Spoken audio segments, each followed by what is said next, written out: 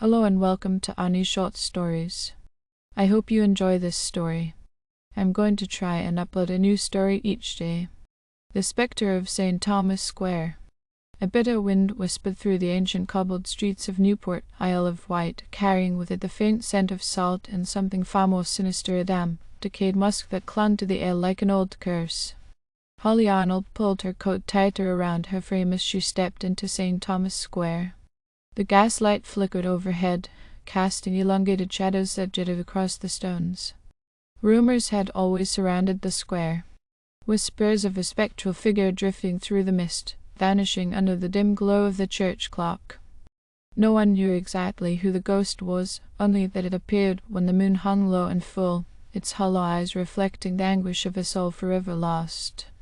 Holly, a journalist by trade and a seeker of the uncanny by nature, had followed countless ghost stories before.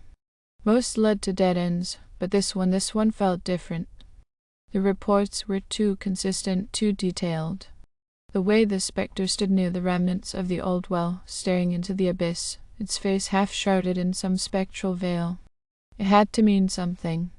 She sat up near the square's edge, her breath rising in small clouds as she checked her camera.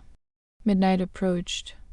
The town had long since fallen into silence, the only sound the slow, rhythmic tolling of the church bell.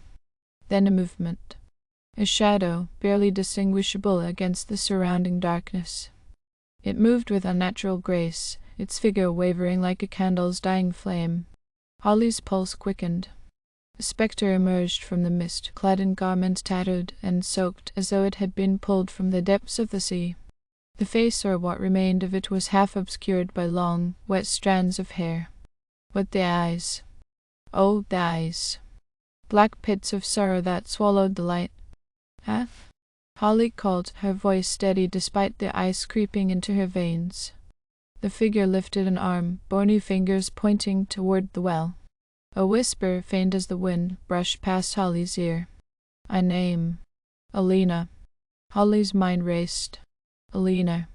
The name tugged at something buried in the town's history. She had read about a young woman named Alina Whitcomb, a merchant's daughter who had vanished centuries ago. Some claimed she had eloped, others swore she had drowned. But no body had ever been found. The air thickened with an oppressive weight, as if the very atmosphere sought to keep her from uncovering the truth. A deep, guttural moan echoed from the well, reverberating through Holly's bones. Her fingers trembled as she pulled her flashlight from her bag, the beam of light piercing the darkness within the well. The sight made her stomach clench. Bones. Shattered, brittle, long forgotten. Then a sound. Not just the wind this time. A wet, shuffling noise behind her. Holly spun, heart hammering. The spectre had not disappeared.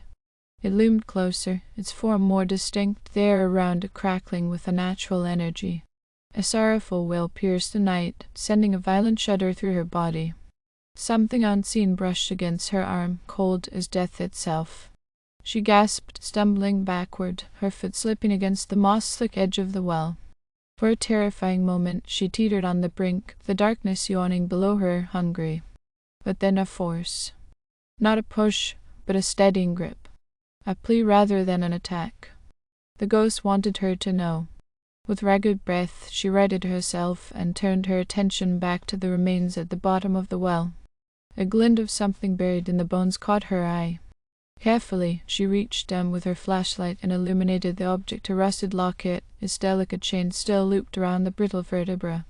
Heart-pounding, she pried the locket open. Inside, an engraving barely visible beneath the tarnish, "Forever yours, Edward."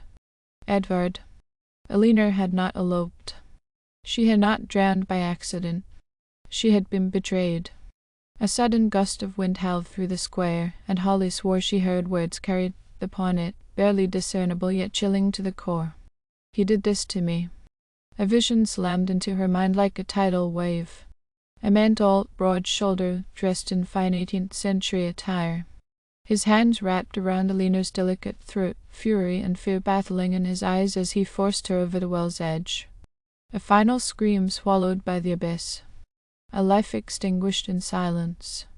The vision snapped away, leaving Holly gasping for breath.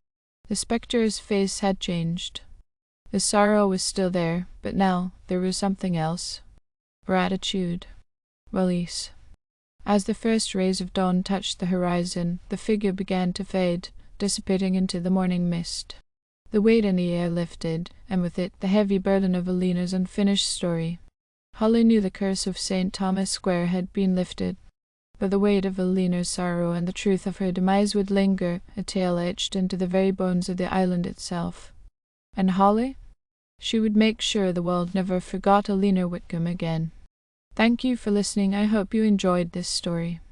Please don't forget to like, and even better, like and subscribe. Thank you very much, and I hope you have had or have a great day.